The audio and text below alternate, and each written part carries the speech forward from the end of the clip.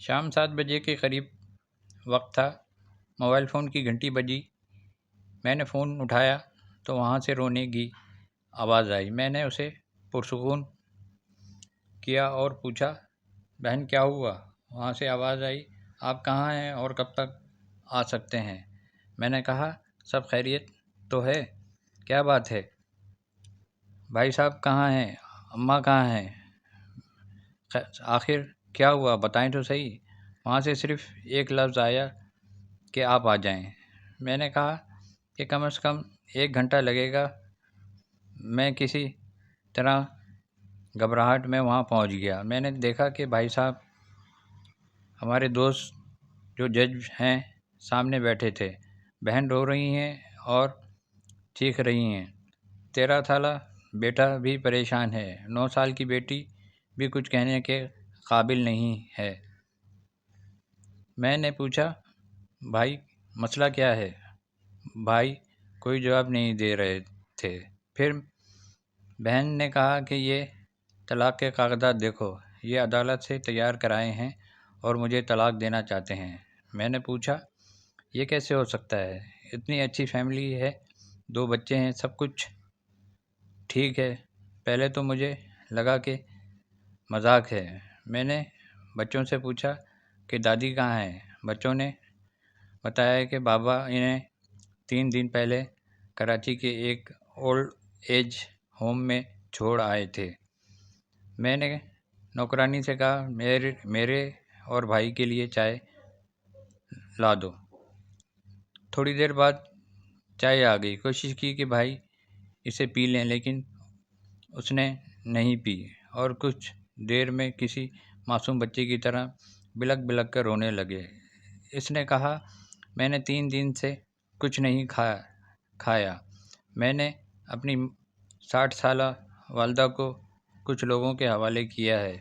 پچھلے سال سے میرے گھر میں اس کے لیے اتنے مسائل آئے کہ میری بیوی نے حلف لیا کہ میں اپنی ماں کا خیال نہیں رکھ سکتا اور نہ ہی اس نے ان سے بات کرتا اور نہ ہی میرے بچے بات کرتے تھے۔ میرے عدالت سے آنے کے بعد والدہ ہر روز بہت روتی تھیں۔ نوکر بھی ان کے مرضی کے مطابق برتاؤ نہیں کرتے تھے۔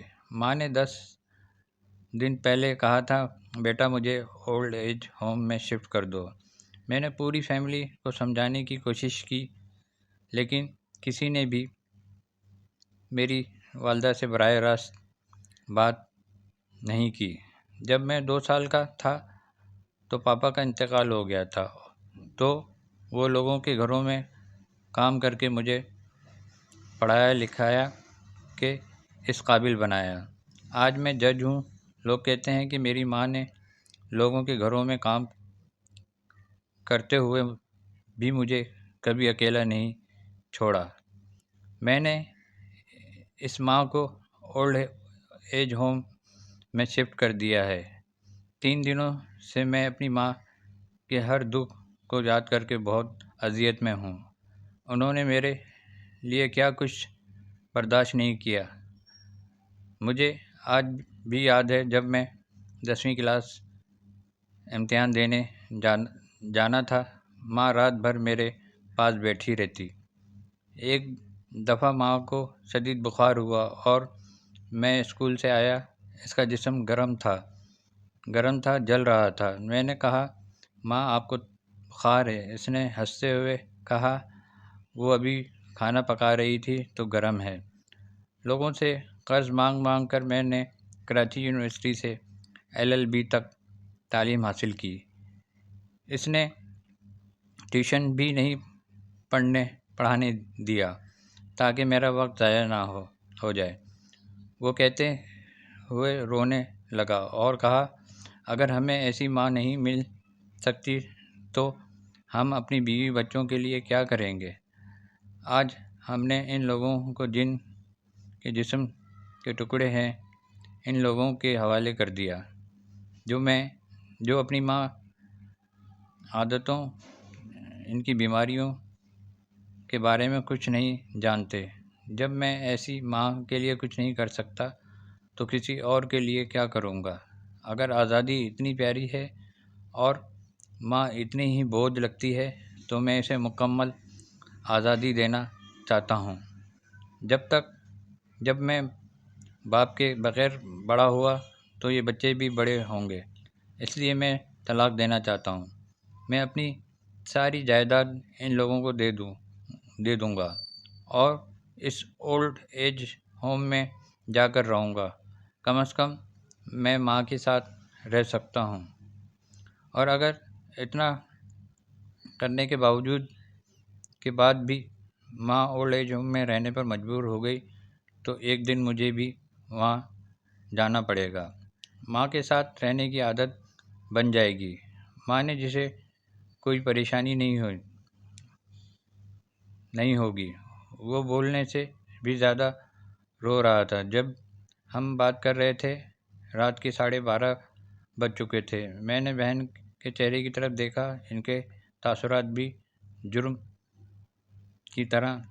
کی طرح تھے اور پچھتاوے سے بھرے ہوئے تھے۔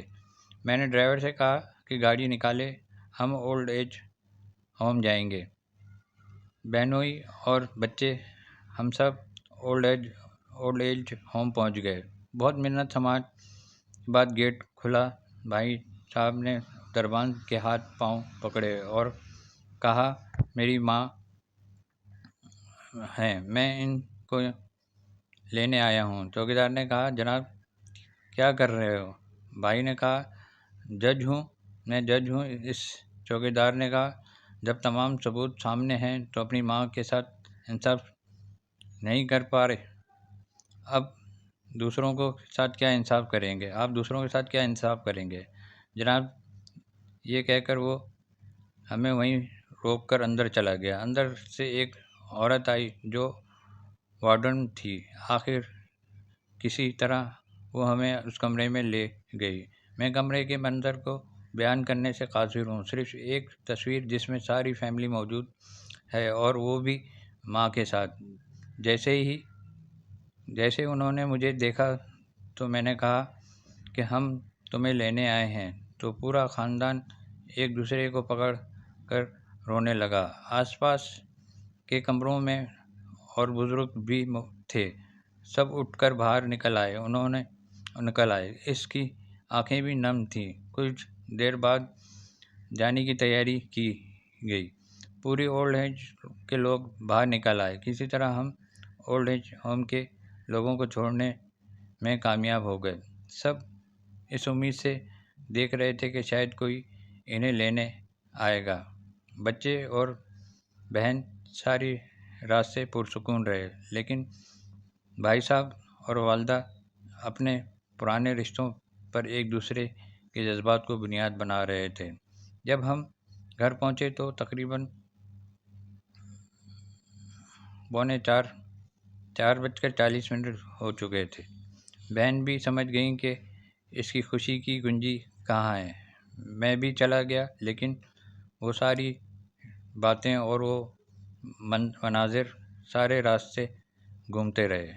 ماں صرف ماں ہوتی ہے، اسے مرنے سے پہلے مت مارو۔ ماں ہماری طاقت ہے، اسے بے بس نہ ہونے دیں۔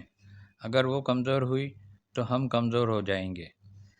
کچھ بھی کریں لیکن ہماری ماں کو بے بس اور بے گھر نہ کریں۔ ماں کی آنکھوں سے آنسو گریں گے تو یہ قرض رہے گا کئی جنموں تک۔ یقین رکھو سب کچھ ملے گا مگر سکون نہیں ملے گا۔ سکون تو ماں کی گود میں ملتا ہے، اس گود کو بکھرنے نہ دینا۔